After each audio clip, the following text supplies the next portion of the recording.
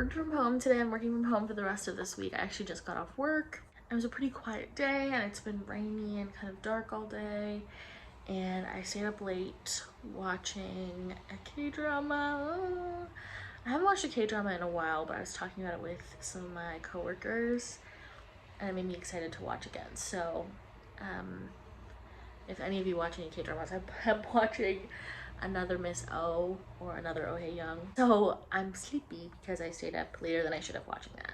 I wanted to come on and give you a little update because I finished in the end It Was All About Love by Musa Kwanga earlier today. I've been reading this one really slowly for like a few weeks, I feel like. I really enjoyed this one. It is so poetic and lonely and vulnerable and sweet and sad. And I've just been in the mood for that kind of memoir. Akwanga does like a lot in this really short little memoir. And it's written from a poet's voice. That makes sense that Akwanga also writes poetry and is a poet alongside other types of writing, including like journalistic writing. This is a memoir of him and his experience living in Berlin, dealing with heartbreak, talking about his love of Berlin, which is the city he lives in, while also feeling that it's an extremely harsh environment in a number of ways, culturally, just in general, but also as a dark-skinned Black man. He talks about love and loss of a relationship that meant a lot to him and his feelings that perhaps he is unlovable, his feelings of doubt around the meaning in his work, his feeling of grief over the loss of his father and fear of growing older and finding purpose and continuing that journey of purpose. There's just a lot going on in it and it's beautifully written, some really gorgeous quotes, and it is very like lush with beautiful writing, very poetic writing. If you're someone who's like a little bit not super into poetry but you love memoirs, I would really recommend this one because it dabbles in the poetic voice, but it's not full-blown poetry. This will be the third memoir I finished in a row, and I'm also listening to another memoir. I read My Brother by Jamaica Kincaid last month, which if you watch my vlog you saw. I adored it. I think it's gorgeous and painful and complicated, and I loved it. I also read Crying in H Mart by Michelle Zauner on audio, and it really hurt me, made me cry, and reading that in tandem with my brother, really the two books reflecting back on each other, these complicated feelings of losing family. It was just such an interesting conversation between the two of them, and I really enjoyed that. And then I also am listening to Superfan by Jen Sufong Lee. I find Lee's writing really approachable and interesting, and I love the narration of the audiobook.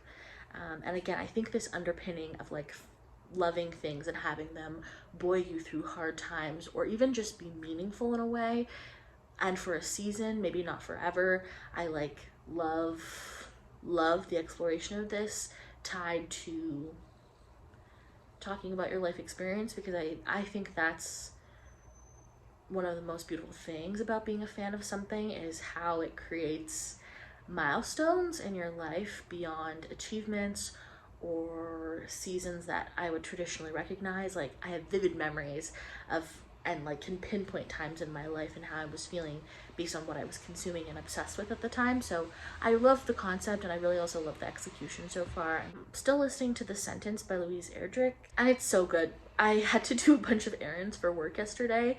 I think I showed you me like walking around and some clips of me seeing lovely things on my journey. I was walking around for probably like 2.5 hours, which was nice. I was like tired and sweaty by the end because it was weirdly humid, but I picked up a delicious coffee from Oats Cafe, which is a Vietnamese coffee place that does, I got their like signature drink, which is Vietnamese style iced coffee, or you can get it hot, I believe, as well. It's like white coffee, so it has condensed milk in it. It's like a latte but with condensed milk. It was so good. It was really delicious. And I listened to The Sentence the whole time and loved it. It's so interesting. The writing is like so engaging. Our main character Tuki's like voice is so she feels so real to me, and I feel so many feelings about her. I want to comfort her and make her be okay, and I want to remove the difficulty she's experiencing. And there is something going on with the ghost of this customer that is more sinister than I anticipated. I thought it was going to be like annoying and maybe about like grief feelings and stuff. No, it is scarier than that. It is sinister and dangerous. And so I'm loving this kind of ghost story direction we're going into. I really am craving reading a book physically, but I don't have much with me because I returned all my library books to make sure that I wasn't hoarding any. This has been a long rambly update. I just want to say hi, let you know what's up, and that's all, I think. My friends, I took another update and it was too rambling, so I'm gonna try and do this faster. How are you? I hope you're good. I had a good day working. It was very chill. And I did a bunch of reading, which was nice. First and foremost, last night, my stomach was killing me after a little while. I think I may have eaten something that's went slightly off, so I did have a rough night in that way. I'm cool now, but that happened. Before that, I was living my best life reading Wash Day Diaries. This one I actually had seen the cover, but Henna requested this, and I'm so glad that I picked it up because of them. This was so lovely. I love a graphic novel. The art in here is just like, I'm obsessed. It's so beautiful. I want to know this friend group. Like, I want to look into this author's work, Jamila Rouser, if she's written anything else or teamed up with this illustrator, Robin Smith, to depict more of this friend group. I just found them so fun and engaging and sweet, and their love for each other while kind of also falling short for each other in these tiny little like slice of life vignettes. I just loved it. I loved the way their stories were tied together by their hair care and kind of the choice to anchor their stories in taking care of their hair and the ritual of black hair care. I just love that. Like, look at this art. Yeah, it's just beautiful. I love this. Second update is I realized it's May, and it actually clicked into my brain yesterday that it's May because I feel like I'm still in April mode. But that means it's Asian Heritage Month here in Canada. And so I want to read from some Asian authors. Jensu Feng Lee, who is the author of Superfan that I'm still listening to, is an Asian Canadian author. I'm still loving that, by the way. I listened to another essay from it today, and it's just so good. It's such a lovely idea for a memoir, and the execution is great. I was looking for some other stuff to read this month from my own TBR lists online. The Incendiaries by R.O. Kwan. This book came out a while ago, and I really liked Kink, which is a collection of stories that I believe is edited by R.O. Kwan. And this is a cult novel. It's about this guy who they meet, this couple meet at university, and this guy is our main character. His girlfriend joins a cult. Then we have Kill Them All by Pasha Mala, who is an Asian Canadian author. This one the concept is really weird, but basically this, our narrator is offered a residency at this mall, and he's getting paid to basically live in the mall. He's hanging out in the mall. He either has to like write reports of what he sees and also engage with the public, and like it's a very vague position. He's confused too. He starts to notice weird things happening in the mall after hours, and the novel goes from there. Then I also have My Nemesis by Charmaine Craig. I don't know what this one is even about. The cover was so gorgeous, and I saw it on a list of Asian authors, so the themes in it are empathy, betrayal, and the thrill of shared connection, as well as the perils of feminine rivalry. Yeah, you know what I mean? Yeah. Then I also have an anthology called Go Home that's edited by Rowan Hiseo Buchanan and Viet Tan Nguyen. An anthology of Asian diasporic writers musing on the notion of home. I'm excited about that one. I also have How to Read Now by Elaine Castillo. This one I actually have already started reading, and I am really enjoying so far. It is a book of essays about reading the world as it is now, culturally. And it is talking about books specifically, but also like the literacy of media and our experiencing of the world and learning how to read culture and context and all of that wonderful stuff. Now I want to talk to you about how to read now. To me, it reads like an academic text in the best way, in that it's like thoroughly researched.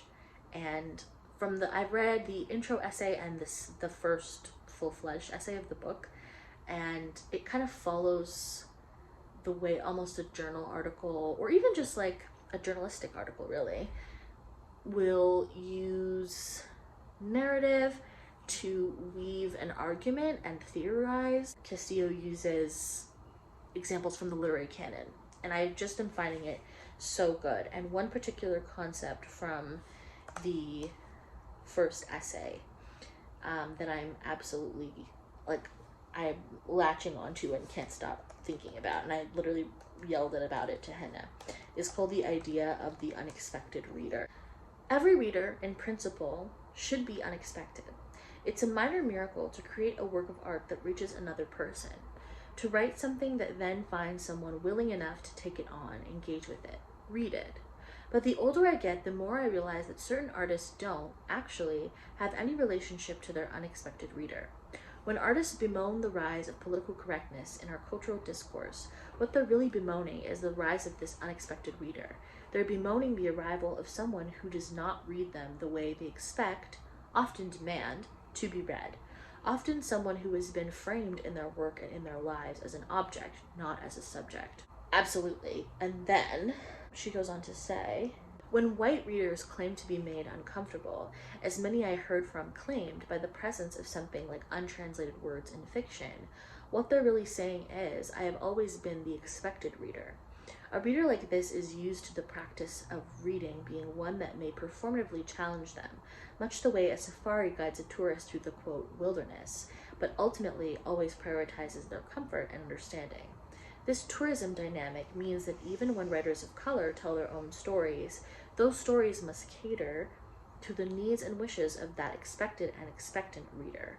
Translations, glossaries, indexes, maps, rest stops along the way. When intellectuals bristle at their white liberal politics being parsed and critiqued by BIPOC readers, when they get touchy at their white feminism, that overused stage name meant to obscure its legal name, ye olde garden variety white supremacy, now available in Girl Boss, being exposed for its transphobia, what they're really saying is, I'm the only reader I have ever been expecting. Oh my gosh, I'm just gonna end up rambling. All I have to say is, I'm really loving that so far, and I'm gonna keep reading it.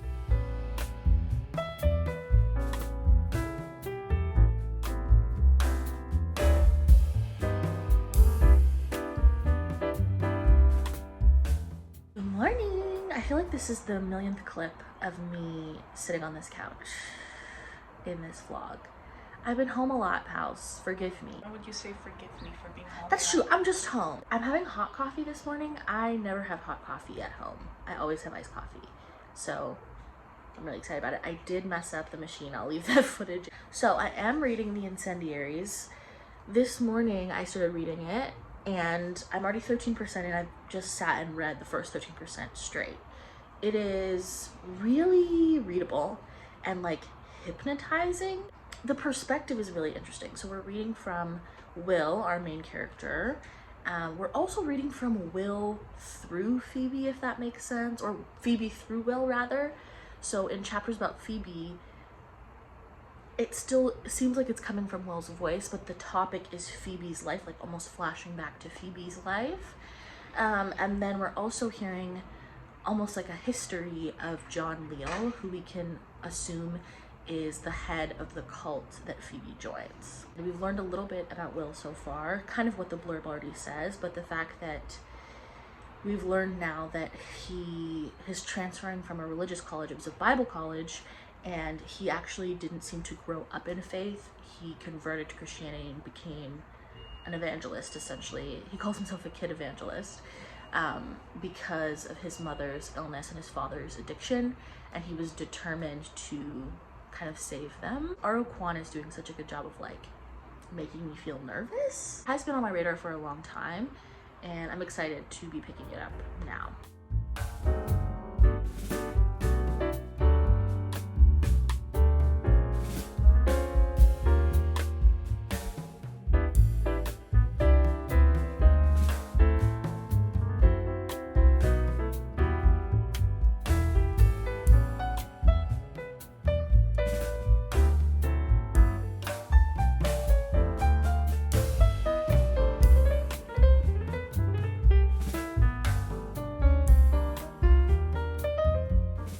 We're back home.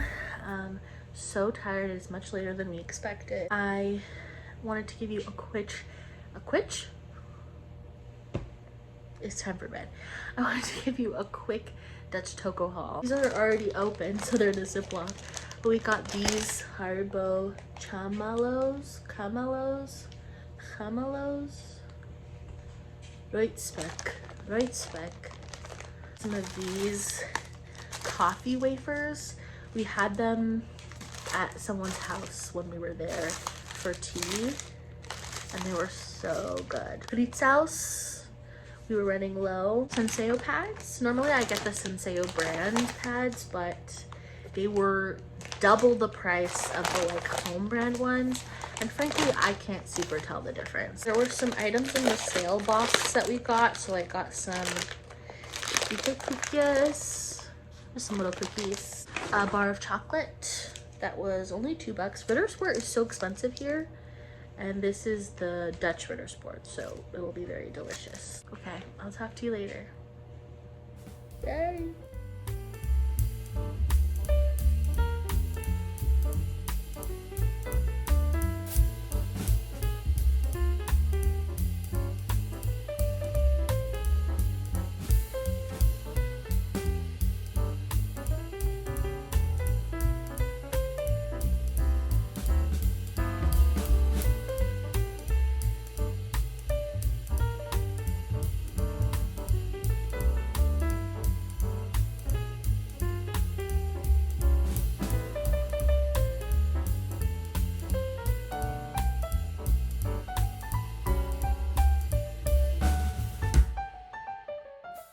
Okay friends, I feel like you're a bit crooked, so please bear with me.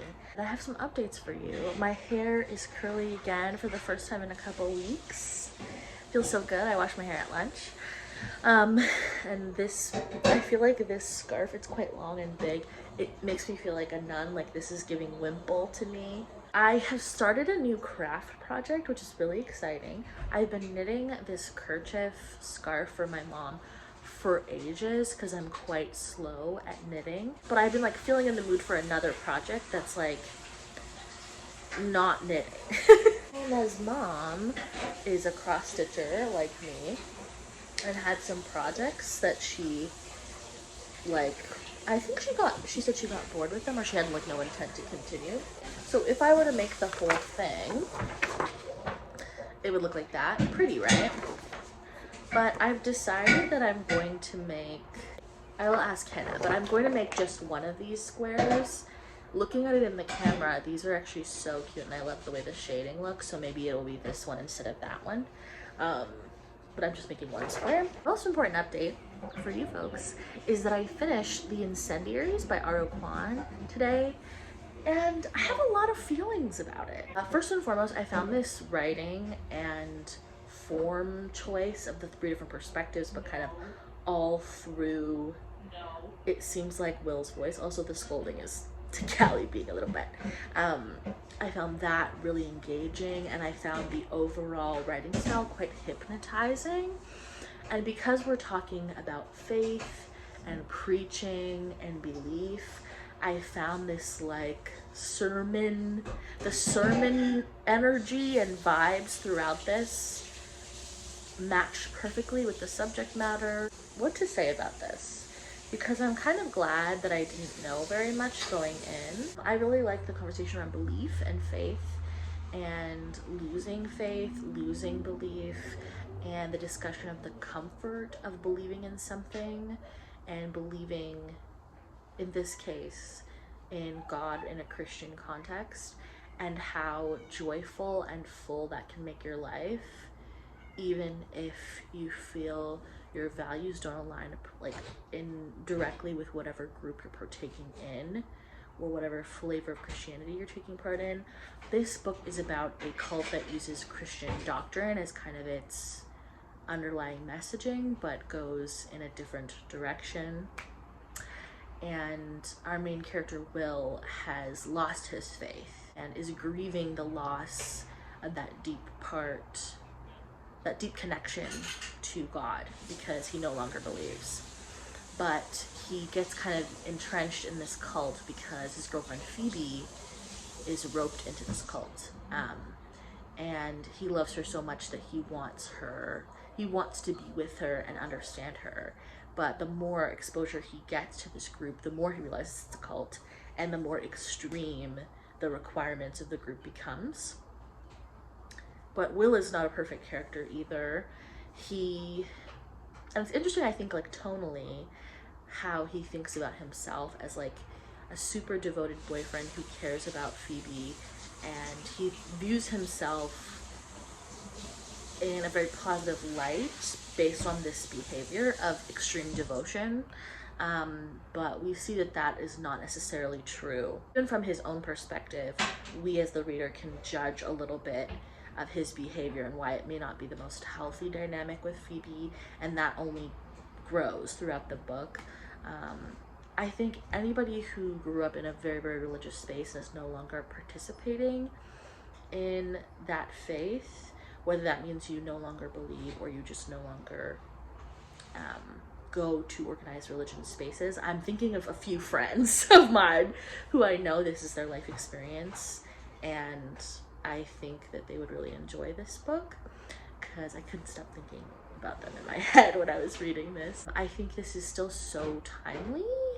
I mean, yes, it's only 5 years old, but I think this feels like it still could have been released right now, in terms of the tonal feelings around the place of faith and the law and the assertions that certain people of certain faiths, not all people, but for example, Christian folks who are protesting abortion clinics that stand outside abortion clinics, these cult members slowly begin to do those kinds of activities and protest reproductive rights, and the way it's described still feels super timely and interesting. I just feel complicated, I think, because this book is doing so much and all of our characters have a complexity and also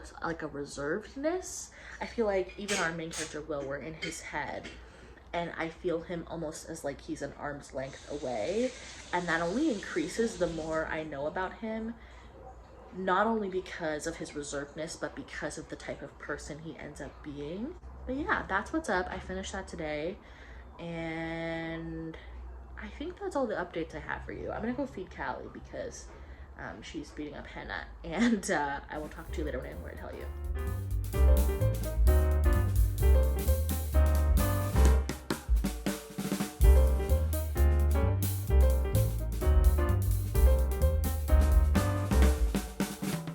Terrible lighting as usual. Finished Superfan by Jen Supong Lee on the way home today on the subway. I listened to some of it at work as well when we had some downtime, and I really liked this one. I'd say this is maybe my first successful fandom book, and I just found it so like such like an amazing idea, I think, for a memoir, because of how media works for people that are fans of things, in that they can be transportive to a specific moment in time. They provide solace, they provide guidance, direction, and so what a great idea to use these different pieces of media that have been important to her to discuss really difficult challenges in her life, but in society and our culture at large. Great audiobook listen as well, and it's narrated by Jinsu Feng Lee. So yeah, I really recommend it. I had a really good time. I have read so many memoirs lately though. I think I need to take a pause. I don't want to burn myself out of them, but I think I've accidentally done that. So I think I just need to like not read a memoir for a while. I went to the library today. We had kind of a group lunch to celebrate a project that was finished, so I did have that. So I took kind of a shorter lunch just to run over to the library to grab a few holds. I only brought one of them home with me just so my bag wasn't super heavy, but I will show you that one. It is Natural Beauty by Ling Ling Huang. I actually have no idea where I heard about this from. I just love this cover, and I think that's kind of the main reason I took this out, if I'm honest. Sly, surprising, and razor-sharp, Natural Beauty follows a young musician into an elite, beauty-obsessed world where perfection comes at a staggering cost. Her narrator produces a sound from the piano no one else at the conservatory can. She employs a technique she learned from her parents, also talented musicians who fled China in the wake of the Cultural Revolution. But when an accident leaves her parents debilitated, she abandons her future for a job at a high-end beauty and wellness shop in New York City. Ling Ling Huang is a writer and violinist. She plays with several ensembles. Oh, wow. And she won a Grammy Award for her work with the Experiential Orchestra, and this is her first novel. Wow, that's really cool. I love that. Okay, so she's also a musician, which I find makes me more excited to read this. Ooh, blurbed by some people that I think are cool. Pick Chuan Feng, who wrote Ghost Forest, which I really want to reread. I read that last year. Oh, I think last May. And I loved it, and it's actually been on my mind lately. Highly recommend that. And I think I would enjoy it even more on second read, but exciting that Big Chuan Feng has blurbed this. Also, Francis Cha, who wrote If I Had Your Face. I haven't read the whole If I Had Your Face. For whatever reason, I've only read the first, I think, quarter of it. But what I have read, I loved.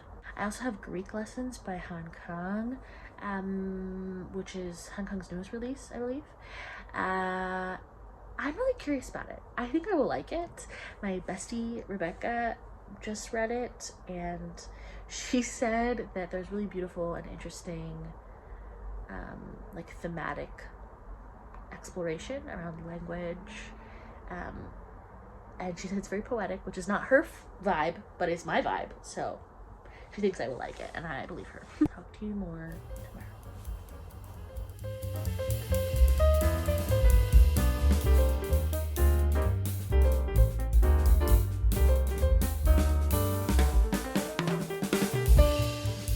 Good morning, friends. It's the weekend. I'm so happy.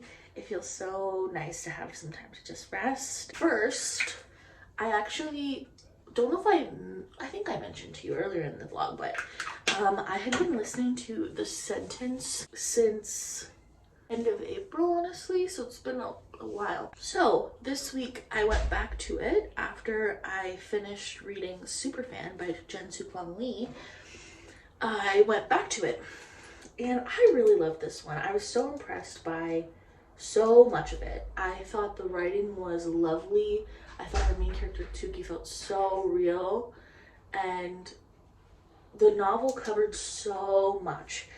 The way I knew of it was as like haunted bookstore, and the bookseller's being haunted by one of her old not patients, clients, but it's so much more than that. This is a pandemic novel that I didn't know was a pandemic novel, that really charts those early feelings of the first days of COVID into like a year or two into the pandemic. And I don't know, it covers so much. It covers conflicting feelings around loss and grief and safety, specifically in relation to dealing with the virus. It deals with all of the protests in the wake of George Floyd's murder, and within our main character's family, kind of some conflicting feelings around that. It deals with identity, truck going on outside, and people grappling with their relationship to their family history and in certain cases to their indigeneity. It's also talking about like the carceral system and the impact that has on somebody, as well as the relationship other people have to people who have been in jail. It's just like so many interesting things written in a super engaging, effortless way. I just think it was so excellent and it impressed me so much. It's got some heavy themes, so it's like not like it's definitely a heavy read, but if you have it in you or you take your time with it, I think it's super worth your time. I showed you that I got Greek lessons from the library by Hanka, which was released this year, the English translation. I read it in a few days. I really enjoyed this one. It's not like my favorite Hong Kong I've read. I've read now 3 books by Hong Kong. I've read The Vegetarian, I've read The White Book, and I've read this one. And they all have that signature kind of poetic, simultaneously reserved and intimate writing style where it's a mix, it feels like a mix of poetry and prose, but it's prose. Themes are similar around like grief and loss and how that impacts a person's experience in the world and how they choose to or capable of traversing the world. This one is about a woman who is experiencing grief because of losing custody of her son in kind of a messy separation. And one of the ways that I think we're led to believe it's one of the ways her grief manifests. And something I feel feelings about, but I'm not sure what they are yet, is the representation of disability in the book, and kind of the conversation around disability. But anyway, she stops speaking. She can't speak. She is no longer able to speak. And she used to be like a lecturer and a writer. So she stops doing those jobs and in her time takes Greek lessons from this academy. And the other character in this novel is her Greek teacher who is losing his sight. He has vision impairment that we're led to believe is partially genetic. He still can see quite a bit, but he needs the support of his glasses. And so he's kind of grieving this feeling. Well, he's grieving a bunch of relationships that have ended, whether by death or by time or by choice, throughout this novel. And he kind of like links them to the way his sight is gradually decreasing.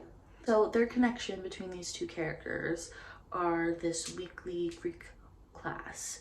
They're specifically ancient Greek, so it's got very complicated language, like rules and systems, and it's also linked a lot to the history and philosophy of the time. They both have this strange connection to each other through this class, which makes more sense, of course, for the student who is, of course, paying close attention to the teacher.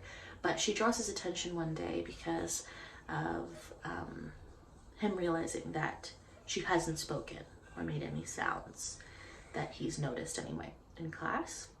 The student, she is, like I mentioned, a writer and also wrote poetry prior. And part of her using her language again in this Greek class, though it's not through her voice, is starting to write poetry in Greek almost involuntarily. It's like it's just coming out of her. And so there's some beautiful little passages where the Greek writing is there and then the English translation of these little poems are there. I found it a pleasure to read. I think it didn't move me as much as some of like the other books I've read from this author, but I still really had a lovely experience. It's a beautiful little book, a quiet little novel about loneliness and connection And again, like I mentioned, how grief impacts our physical bodies and what that means when we interact with other people in the world, and how kind of interior grief can be despite showing itself to the external world in complex and unexpected ways. The other thing I wanted to mention is that my hold for Esther Yee's YN just came in. I watched Kieran's review of this, which I really enjoyed. I'm gonna pop it in the description. And it made me really intrigued about it.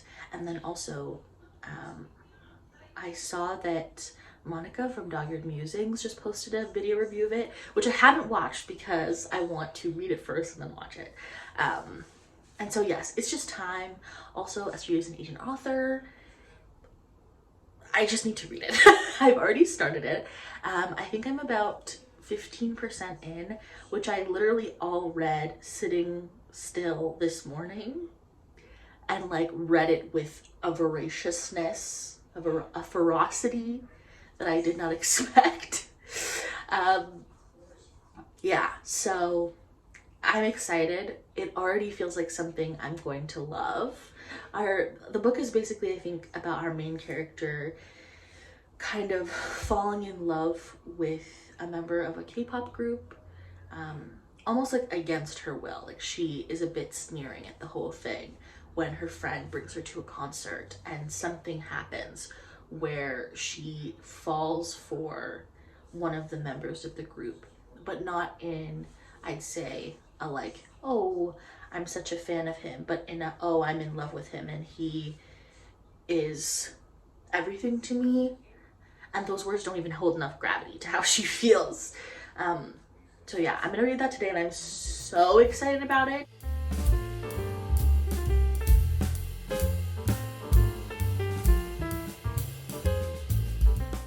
Hi. Wow, it's been a minute since I talked to you for this vlog. I was busy editing April's vlog. I'm back. Hi. It's been maybe a week, a little over a week since I've talked to you, and I've been reading all the time, so I have a bunch of stuff to update you on. I finished How to Read Now by Elaine Castillo, which is a way of reclaiming the Filipinx pronunciation. So Elaine Castillo. The author mentions that in the book. I really like this one. I appreciate that Castillo does not pull punches. She will tell you exactly what she thinks, and these essays are very direct about their feelings. I really respect how grounded all the essays were in the literary canon and in research overall. Like, if Castillo is saying it, there's an example. And I really appreciate that kind of deliberate and thorough approach. And I also am cognizant of the fact that it is a reflection also of some of the things that she argues in the book. For example, that authors of color have to be extremely clear and extremely thorough to have their work be considered of value. A lot of this resonated with me, and I've thought about a bunch of the things she mentioned a whole bunch since reading this, specifically the concept of the unexpected reader, which I believe I talked about earlier in the vlog, so I won't go back off on it again. There are lots to think about, and I really do recommend it. I think it's a really interesting and timely piece of work that's thorough and direct about what it wants to say. And then I read Kill Them All by Pasha Mala. What to say about this? This, if you are looking for a fever dream of a book that is silly and strange in a way where you don't feel particularly, you have no idea what's going on, just as much as the main character doesn't have any idea what's going on, but you are the only voice of reason in this book. Because our main character is also like a bit of an odd person and we're not sure, we can't really trust him, frankly. And so this one, like I've mentioned before, is about this person who is offered a job as a resident of the mall who engages the public and then writes reports. That's like the two things, or sorry, makes work and writes and engages the public. Those are the two things he has to do. And basically he discovers more what makes the mall possible as a place, and it's uglier and different than he expected. I found this really strange and fun and engaging. I don't know why I thought it was going to be less whimsical, if that makes sense. Like, I thought it was going to be strange, but not absolutely off the wall. It's off the wall. So if that's what you're looking for, I recommend it. I had a lot of fun reading it. Once I like decided to let myself go for the ride, because at first I was like, what's happening? I was trying to connect the dots. Once I let go of that, I had a lot more fun. And then I finished YN by Esther Yee 2 days ago, and I have so many feelings about it. I really enjoyed it. I thought it was a really interesting, complicated and like demanding piece of work. Like, I felt my brain was switched on reading this, and not like it always isn't, but, or like, it's not that that's an infrequent thing. It's more like I was like analyzing. This is about our unnamed narrator she goes to a K-pop concert with her friend, and she becomes obsessed with this one member of the group named Moon. And again, this is a fever dream book too. It had so much to say about fan culture and the purpose of fandom and the dark sides of fandom, also the feeling of being a fan of something and how far that can go. It is quite absurd, and in kind of similar ways to Kill Them All.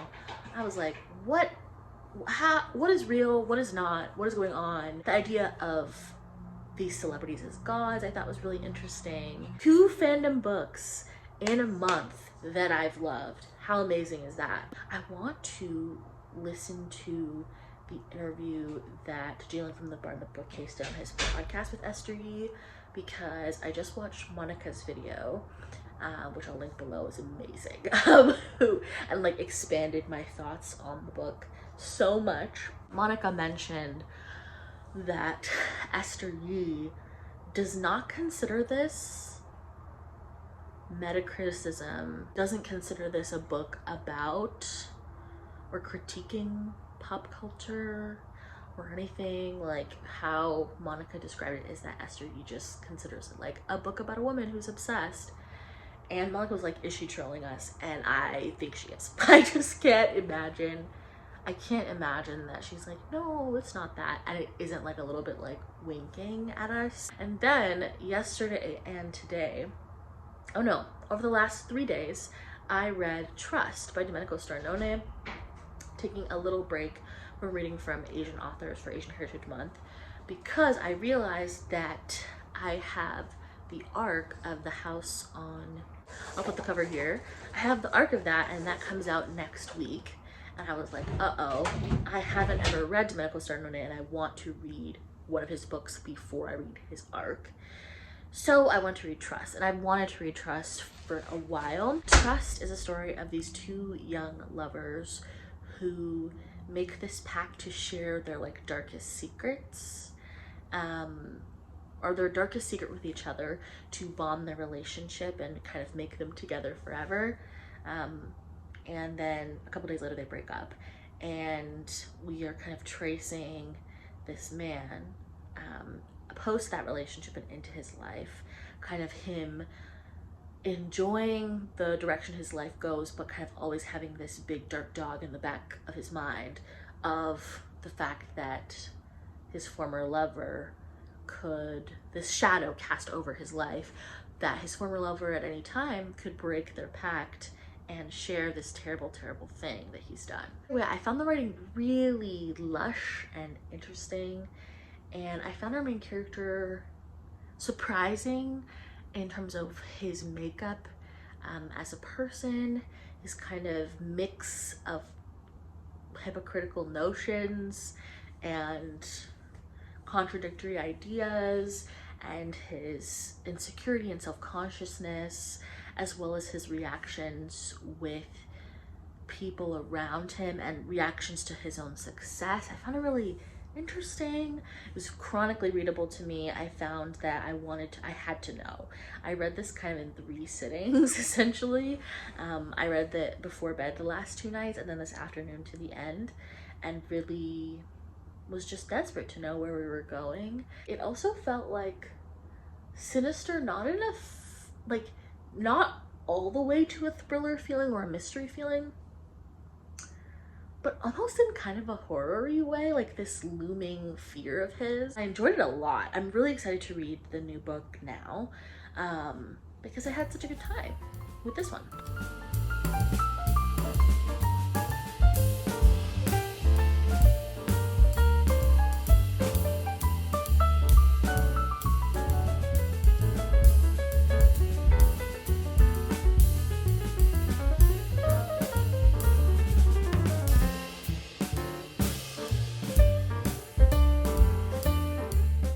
Hello friends, I haven't talked to you that much. You can't tell, but I did have a clip before this, hopefully. I got my hair cut. I got it a little bit more mullety than shaggy this time. I'm obsessed with it. And she took out so much hair, which is perfect for summer. It is all up. You thought that was gonna change? No. I'm gonna look cute maybe 10% of the time, so don't expect any changes. Lots of reading updates because I finished Natural Beauty by Ling Huang, as well as My Nemesis by Charmaine Craig in the last 2 days, I believe. I really like Natural Beauty. I thought that the exploration of like the ever-moving goalpost of beauty and the impossibility of the human body to keep up with the ideals that we project onto our bodies, and that being intertwined with capitalism and rich folks having so many resources that they can make demands of our world of technology, of science, that are beyond imagination, but also beyond what is considered ethical. Stretching the boundaries of what we are willing to do to produce a product for a market that's begging for it.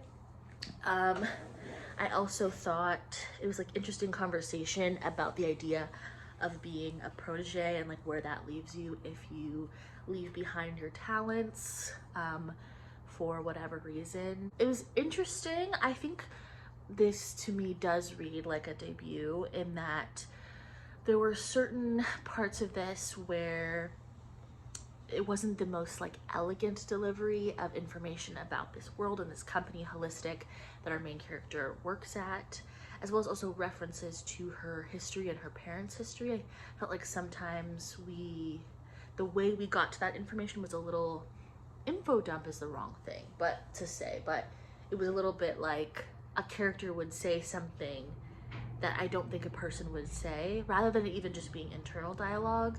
I'd say it's like a 3.5 for me, rounded up to a 4. It could have gone harder, but with more subtlety, if that makes sense, or more nuance. I feel like some of the points we arrived at the end were like, you said this point in the blurb, but the kind of thought around it hasn't grown or changed or expanded. I did like it, and I do recommend it if you want a book that talks about wellness culture, about self-care, about kind of the privilege that comes with the goopification of wellness culture. And then for My Nemesis by Charmaine Craig, I have really mixed feelings about this one. It is like pitched as a literary thriller about this woman who is obsessed with a man that she meets and develops this kind of additional obsession with his wife because she considers her as like the barrier to entry into this man's life. I like novels about obsession, but I'm realizing that I think I'm a bit more picky about how we go about that and coming to resolutions about it and execution of those kinds of novels. This one reminded me of Vladimir in a lot of ways, in that it's about a like older than, like she's not in her 20s, but she's an established woman. That's what I mean. She's not older, but she's older than me, I guess. An established white woman who is in the academic sphere. She's an intellectual. She has a lot of spots that she cannot perceive, or has chosen not to perceive, and feels discomfort around whiteness and wielding white femininity, and feeling called out by any kind of pointed fingers at privilege, and this like reflexive defensiveness. I recognize that our main character is just like our main character in Vladimir, is very unlikable. So I found myself thinking of Vladimir. But I think its lane was different, but I appreciated the direction that book went to accept the messiness of that main character. Whereas I felt like in this book, our main character was very unlikable, and she wasn't, I think, like, she's not a good person, and we're not expected to believe that of her. But I think I found her journey and the way she spoke about Wa, who is this Asian woman who is married to the white man that she's become like infatuated with. It was trying to make us sympathize with her more and more, and I actually felt that I felt like I was being coerced a little bit, but I also understand that maybe that was intentional because our main character can be quite manipulative, so I can also respect that. I just felt like we didn't reach any satisfying conclusions, not even plot-wise, but like the thematic exploration we were doing around white womanhood, internalized racism, that is white women projecting their stereotypes onto women of color, even when they think they're self-aware. There was also a little bit about like adoption and parenthood and motherhood versus fatherhood, and all these interesting themes. I just felt like we didn't reach a satisfying conclusion, in my opinion, despite the vessel being really interesting.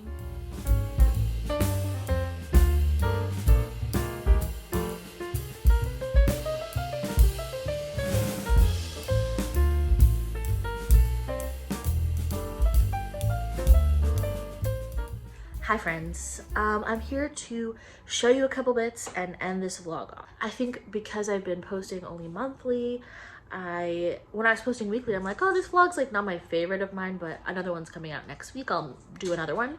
Whereas the monthly ones, because I'm only posting once a month, I'm like, oh, I hope it's enjoyable for folks. And so, because I'm not as certain about this one, even just being flat out interesting, I hope you still enjoy it. Two really nice things to update you about. I love Miffy, as you know, and I've been leaning into my Miffy life, Nijntje, a little bit more. Like, for example, the little Miffy I got from the Netherlands is now in my backpack, and I've been meaning to bring a mug to work to drink coffee at work, because we do have free coffee at work, like a Keurig, and that's free. And though I'm definitely part of the must have a little treat every day or I'll die club, if I have like free coffee, then I can spend my treat money elsewhere, you know what I mean? Anyway, so I want to bring my own mug. Just look at it. Just look at it. It's so cute, I could literally cry. We also went to the museum. I wanted to show you more, but you're not allowed to film inside. I'll insert some pictures of some of my favorite shoes here. In terms of reading this month, I read a bunch from Asian authors, Asian Canadian authors, and just Asian authors in general.